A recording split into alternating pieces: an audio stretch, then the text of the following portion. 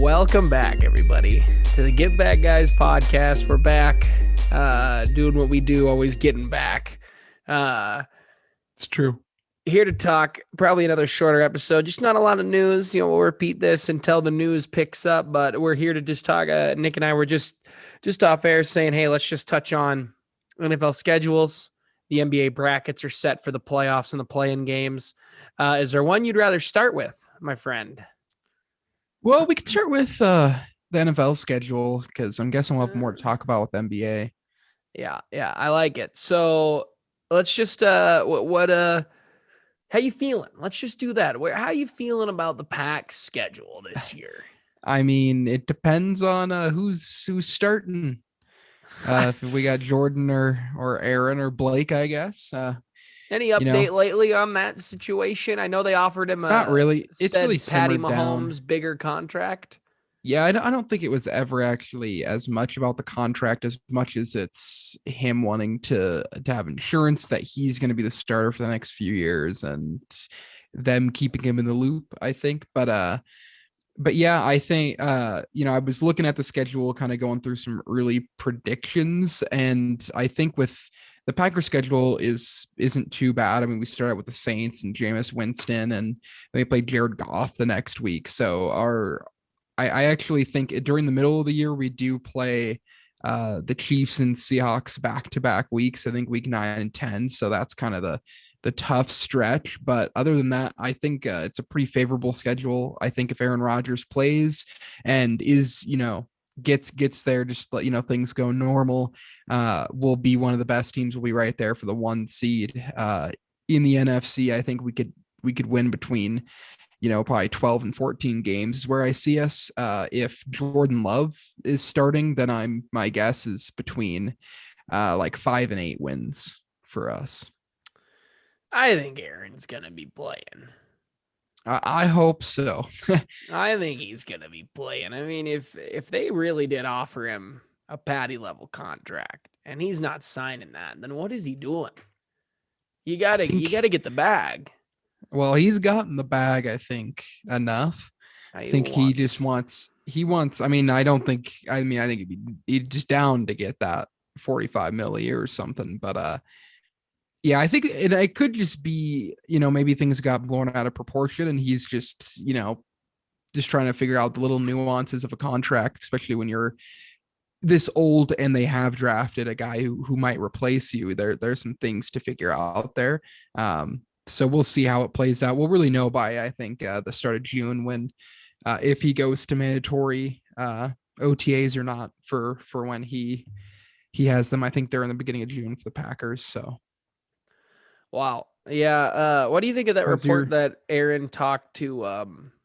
He's talked to a few guys and told them, he wants follow out. Me.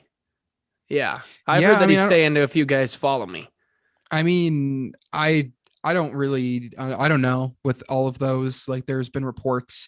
A report came out that said the Packers told Aaron straight up they were going to trade him, and then the Packers came out and were like, that never happened. And I find it hard to believe that, two of his best friends, David Bakhtiari on the team, it seems like, and Aaron Jones, like Aaron Jones took less money to play with the Packers. If Aaron had been telling people, he would tell his free agent running back, hey, I'm going to be gone. If he really was forcing me out. David Bakhtiari signed that huge extension. His a little bit different because he did sign the top paid offensive lineman money at the time. But Aaron Jones definitely could have gotten paid more to go play probably like the Dolphins, the Jets or something. So I find it hard to believe that Aaron would be telling them, hey, I'm leaving. And Devontae didn't seem to know anything about it when he was talking to Colin Cowherd. So I find that hard to believe. If he does end up leaving, it would make sense if he reaches out to Devontae specifically and say, hey, why don't you just come here? I know you're going to be a free agent as long as the Packers don't franchise tag you. But I don't know. I think it's a lot of, there's clearly something going on, but there hasn't, Adam Schefter even said that it wasn't a specific report that he leaked. It's not like someone actually walked up to him and said, "Hey, Aaron wants out." He said he just had heard things for weeks and was kind of able to put it together. Yeah. So we'll see what happens in a few weeks. I think we'll know if okay he's not going to play for us or he is. We'll know that in probably a month or so. Yeah. Well, Eagles side Ryan Kerrigan today at the DN position. It's a big He's time. missed 3 games last 10 years, 30 something years old. And a lot of Eagles fans were like, I thought we were going young, but you're not going to fill your entire roster with 20-year-olds. You need to bring in some vets to fill some gaps and teach these young guys what to do. I thought it was a good pick. D-line looks scary. We were third in sacks last year. I think we can be third and higher again. The Eagles have the easiest schedule based off of last year. Yeah. It's like a 0.43 win percentage. The 2 teams we face that are legit, like ridiculous good teams are the Bucks. And then, I just had them. Let me pull that schedule back up. I just had them, but The let's see. Chiefs. It was, the Chiefs. I guess we got the Saints too, but no Drew Brees. I think that changes the ball game quite a bit. Are pretty mid team.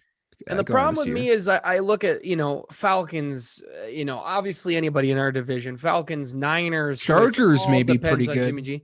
Chargers, yeah, Raiders, Lions, but like all these teams, Broncos, Jets, all these teams are teams I think we can beat. I think that this roster is good enough to beat. Yes, it all depends on Nick Sirianni. How is he as a coach, a game planner?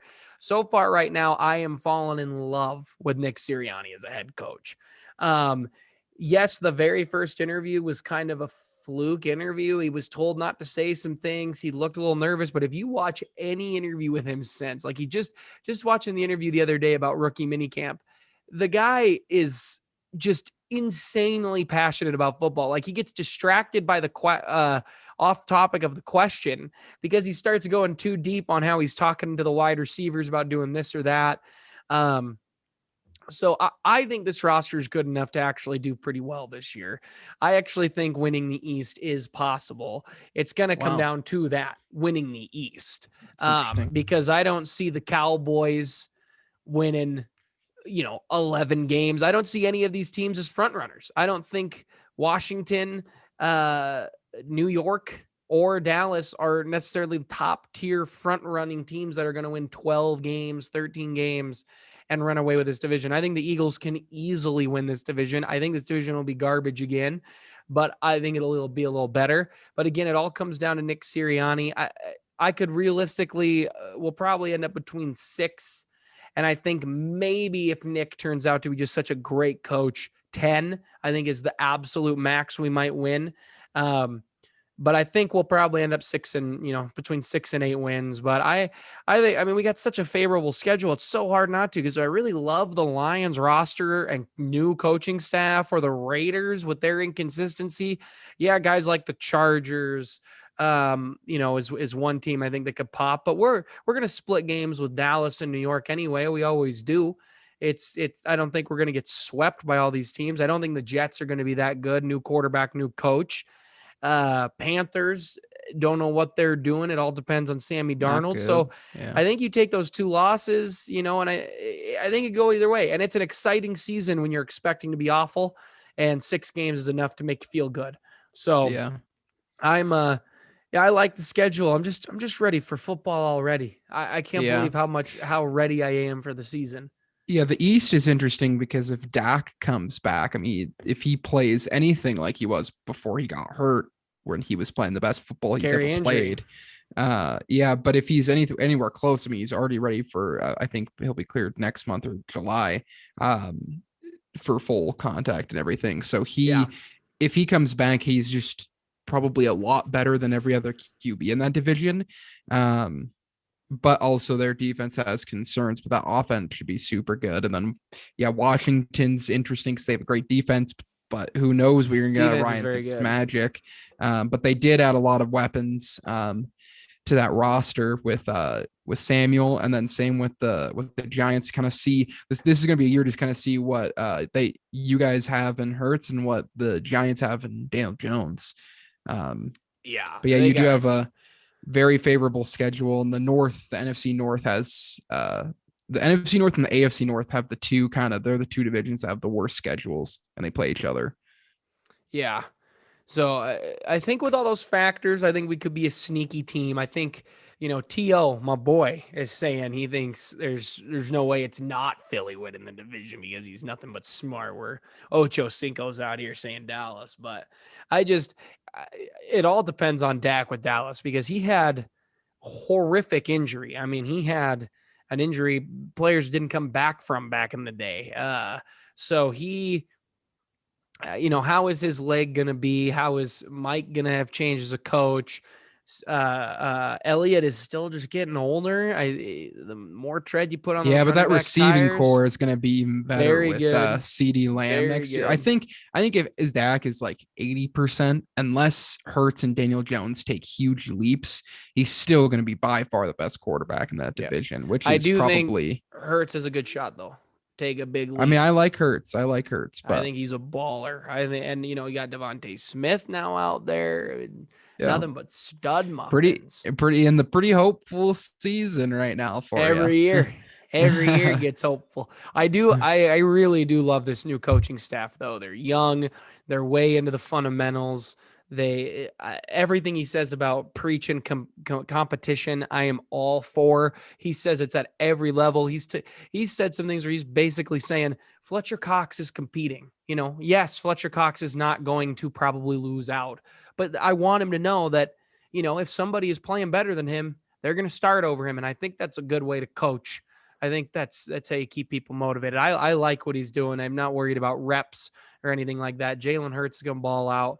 Still worried about the Zach Ertz situation. Apparently he's going to just sit until he's moved. Everybody thinks we're going to trade him to Arizona for Jordan Hicks and bring Hicks back to Philly. I don't know about that. Also, apparently Jalen Hurts played with a thumb injury all last year on his throwing hand that apparently he fought through the pain, is what Dougie P said. And it just made me groan because it's like, Dougie P, can you just not hurt a player? Can you just leave them healthy? That's going to be interesting. If you guys are healthy this year, then it might just be a Doug thing. It's true. And that honestly is bigger than anything else, is staying healthy. We would have been such a better team last year if we had just stayed healthy. It was such a problem. The rotation of guys was insane. A good friend of ours had shown us this tweet that somebody had put out of like the most injury riddled teams and the most like intense games teams have played with less rest. And Eagles were, I think, second to most. I think we were 31st, where we've had barely any rest over the last 3 years. We have the most injuries because of it. Like, it just, and this year I think we actually have quite a bit of rest, which is nice, but I need it. We need it bad in Philly. Yeah. It's true. All right. Should we transition to the NBA? Yeah, get to the exciting stuff here. Something's actually happening this week. That's because our boys are in. My boys are in. Your boys are in the play-in game. Yeah. Well, that's better than I thought they'd be. So I'm going to rattle this off here real quick. So in the East, Sixers took the 1, Nets took the 2, Bucks took the 3, Knicks at the 4, which I don't think anybody saw coming. Not at the start of the year. No, and they're playing pretty good ball. Yeah. Hawks took the 5, Heat took the 6, and then Boston will be playing Washington Wizards in the play-in game, and then the Pacers will be playing the Hornets in the play-in game. Not super pumped for those playing games. Don't really care. Don't really love any of those teams. The only team that really should be there already is Boston, and they're probably going to be they're probably going to sneak in. Oh, I think the Wizards, they've played so good since the All-Star break, and Russ, and I know Bradley Beal's hurt, but Jaylen Brown's out for the Celtics. So honestly, I could see the Wizards. I have a feeling the Wizards will get the 7 seed, and the Celtics are maybe playing Charlotte. Is my guess for the 8. But I don't have any faith in Boston. I could easily see them losing both games. Not good. They're not very. Good, and Tatum is a little overrated at this point in his career, I think. But I tweeted it on my Twitter. I said, Brad Stevens is a top coach in the NBA. Great coach. He's done great things, but Eric Spoelstra's better. And it's just true. It's just true. It's simple facts. but he's also, I mean, I know you guys have had a lot of issues, but the 6th seed it has to be a massive disappointment for you guys coming off Yeah, of your well, finals. yeah. I mean, I guess we'll just touch on it now. Yeah, it is a big disappointment, but I think the team knew it was coming. I mean, you trade for Victor Oladipo, and then Victor has season-ending injury and surgery. He chose to have the surgery, call his season over. Um, we just couldn't get consistent. We had so many COVID problems. We needed a bubble. We needed our guys to be locked in with no chance of them getting COVID, breaking protocols. And we had that happen a lot in the first few months. I mean, Tyler Hero missed a ton of games. Duncan missed a ton of games. There was a lot of guys missing game. Kendrick Nunn missed games. Now, though, they've started to get a little bit more consistent, and I think we've seen that in this kind of later run. Jimmy, though, has played out of his mind and arguably the best season of his career. Jimmy Butler has done nothing but ball out. Bam, I also believe, has taken a step forward. He has played great. He's talking, he thinks he should be Defensive Player of the Year. He's definitely in the conversation. He's been a stud. I do agree the 6th seed is a massive disappointment from where we came last year. And I think if we don't have those issues, Victor Oladipo actually gets to play, because the few games he played, they were starting to look like they were catching some heat. And it just is a bummer that the injury hit. It's going to change a lot of what happens next year, since it's possible he might miss all of next season. Still got a lot of money. And I think we actually, I think have a pretty good shot to upset the Bucks. I think we actually can take them in 7. It's not going to be a 5-game thing, I think, this time. I think it would have to go down probably to 6 or 7. Unless Giannis gets hurt again, because he got hurt when you guys beat him in 5. Would have beaten for a couple of the games. Regardless. But they're also a lot better this year, and I think you guys are worse because they've got Drew Holiday, who's awesome, and Chris Middleton is somehow still underrated. He's so good, and so I have a tough time seeing you guys win. I'm sure you'll sneak a game or two of them just because you have the Miami Heat defense. But great defense. I see the Bucks. I don't really see any upsets. I actually think the Knicks Hawks series maybe is a toss up. I think the Knicks probably win it because of their defense. Because you can kind of go after Trae Young a little bit on the other side of the ball too. But I think the East is pretty straightforward. It's still pretty lopsided. I think there's 3 great teams, and it's the Bucks, Nets, and Sixers. And I think those 3 teams will advance. I don't know. Do you think there's a chance of any upset? I think whoever the Wizards play will be fun because they've got Russ and Bradley Beal, but I don't see them beating Russ against the Nets though. Would be a lot of cool. It would be cool to watch. To see. Yeah, even though they'll probably get it's gonna be one of those 3 teams. Odds are it's gonna be the Nets. Too much firepower once they all get healthy against even the Sixers who are pretty good. But it's gonna be one of those 3 teams, probably the Nets. I mean the Bucks have got to be bummed that they get to play you though, just because if you guys are healthy, even if they go to 6 games, they don't have a cakewalk. And whoever gets the Wizards too is going to be bummed. Whoever gets the Wizards out of those 2 teams, like they have to want to play the Celtics or the Pacers or the Hornets. I do think the Heat, though, when you look at the Knicks and the Hawks, I think when these top 3 teams look at all the other teams left, I think the Heat is the team that they're the most scared of. Best coach, all-star caliber players. I think probably. Yeah, them or the Knicks are probably up there too, just because their defense is just as good. But it has been over the course of the year. But they don't have Bam. Bam's best player out of all those, I think so. And Bam proved last year. He proved it in just the Bucks game the other day that he can handle Giannis. He can handle him on the defensive end.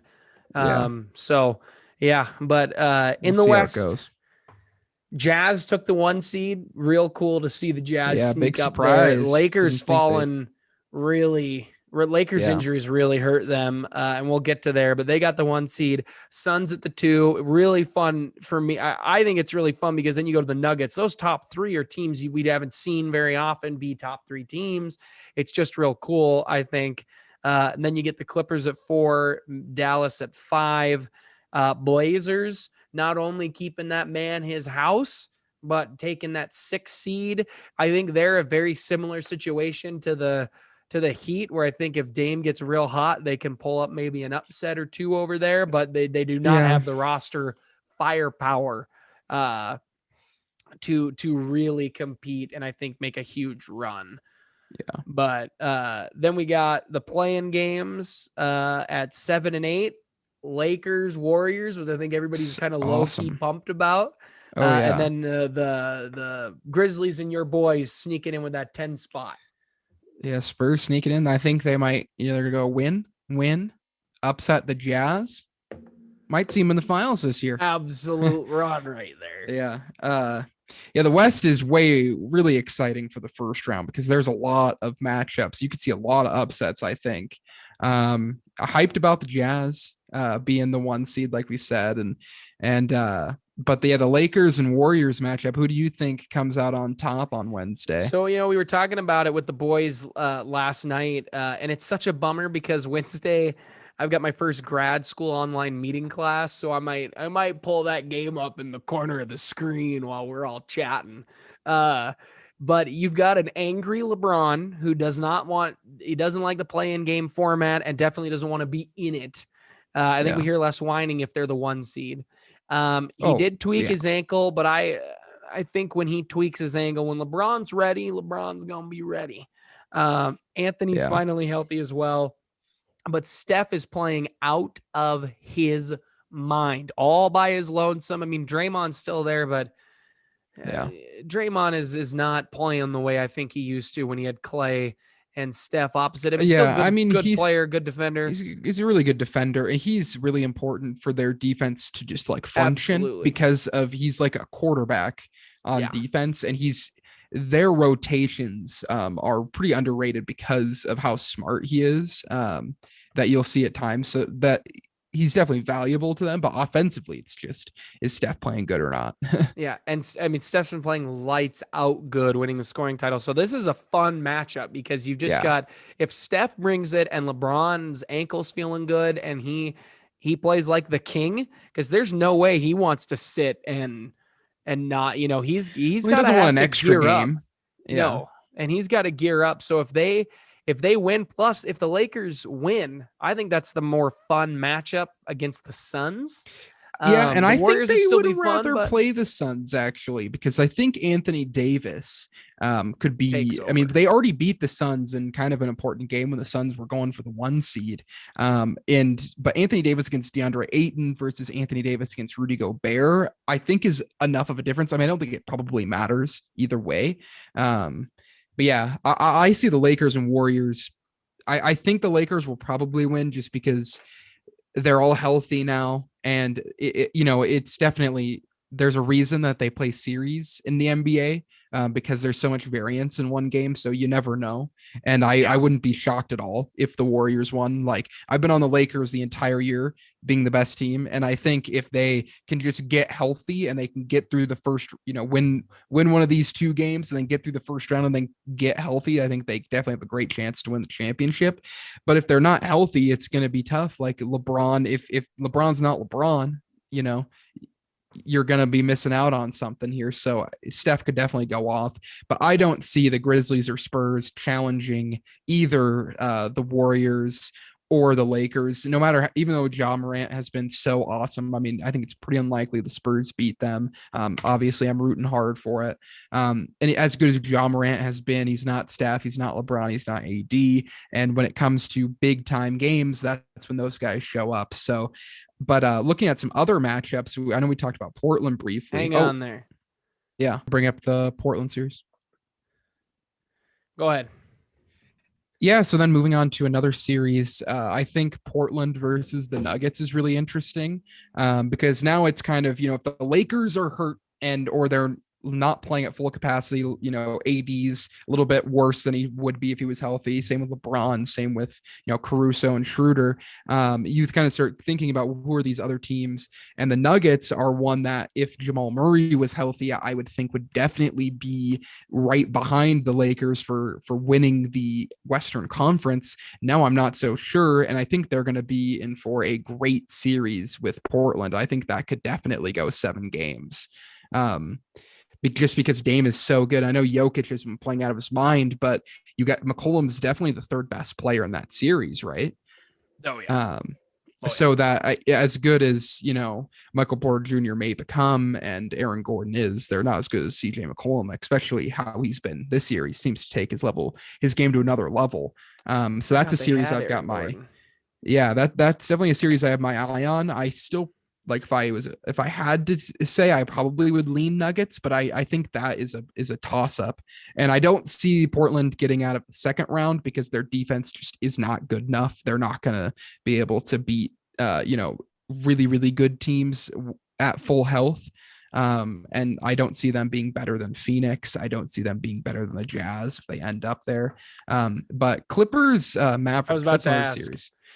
What do you think on that? The Clippers are making a run. You love the Clippers.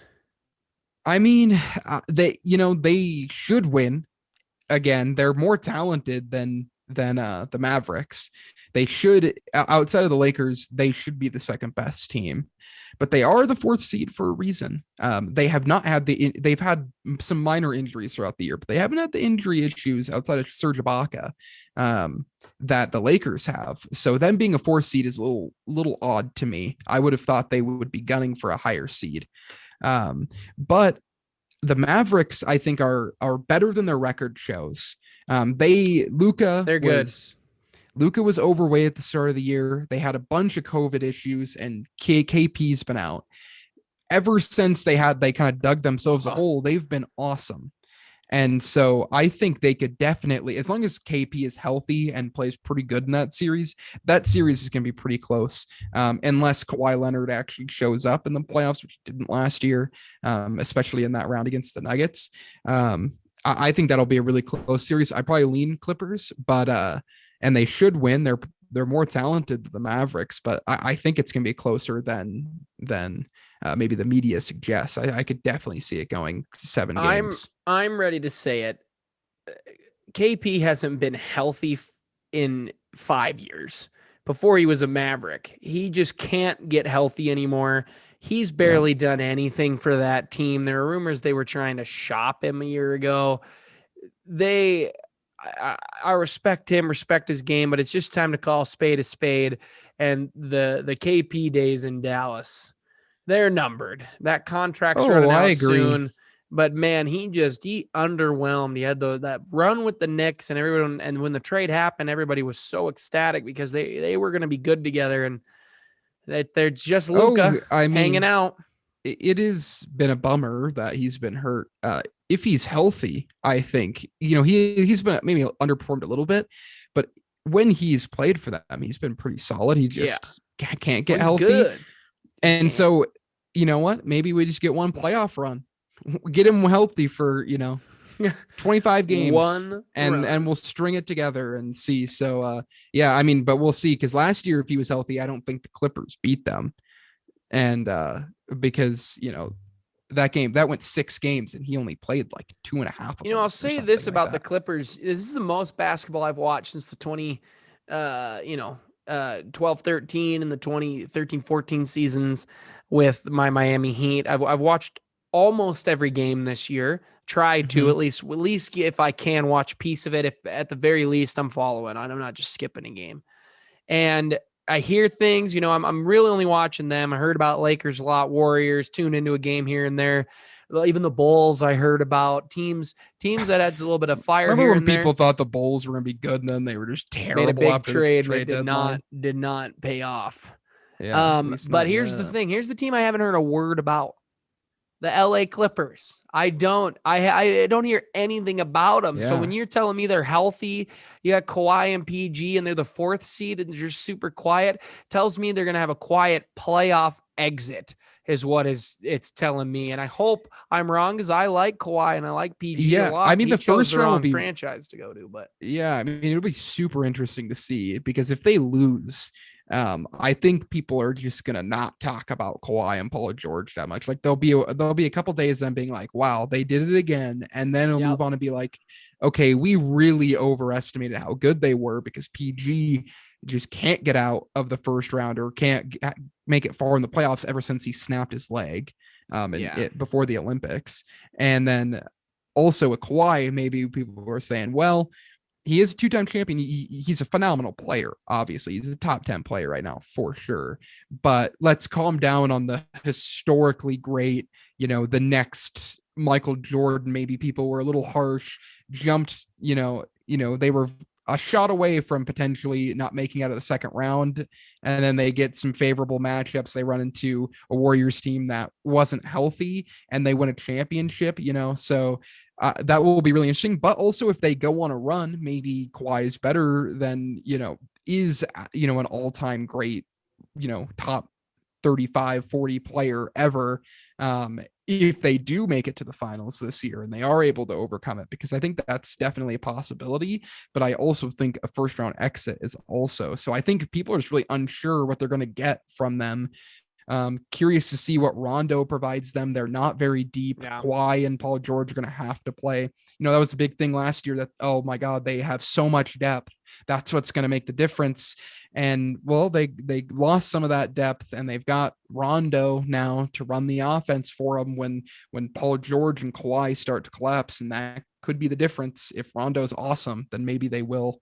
But yeah, it'll be there. That's the series that I'm going to be watching the most, I think, unless the Spurs somehow sneak into the 8th seed. And man, it is nice not having a play-in game, and you get these days of rest. Because what is it when all the play-in games won't be finished until early next week? Like Monday is supposed to be the start of the actual playoffs. Yeah, I think early next week is when the playoffs start. Man, the actual seeding games. I do love the NBA playoffs. Always run deep into early into the summer. Their deep run is always in the summer when I got nothing but time. And I like that because I like watching. This guy's going to be staying with me a little bit this summer. We're just going to pull up the couple games on the old projector here. But anything else, or should we wrap the show up? Yeah, not really. I'm curious to see what next week we'll know the play-in. We'll know the matchups. I'm guessing it's going to be the West is just going to be Lakers and Warriors end up making it, but you never know. Yeah. All right. Well, guys, thanks for tuning into this shorter Get Back episode, talking a little football, talking a little basketball. Excited for the NBA playoffs. It's going to be fun. We got hopefully should be back with a lot more to talk about. Maybe have some guests on as well. But remember to do all that stuff, like, subscribe, share. Thanks for tuning in. Sorry again. It's just part of the season. It's just the way we run things. But for the Get Back guys, we are out of here. Fly, Eagles, fly.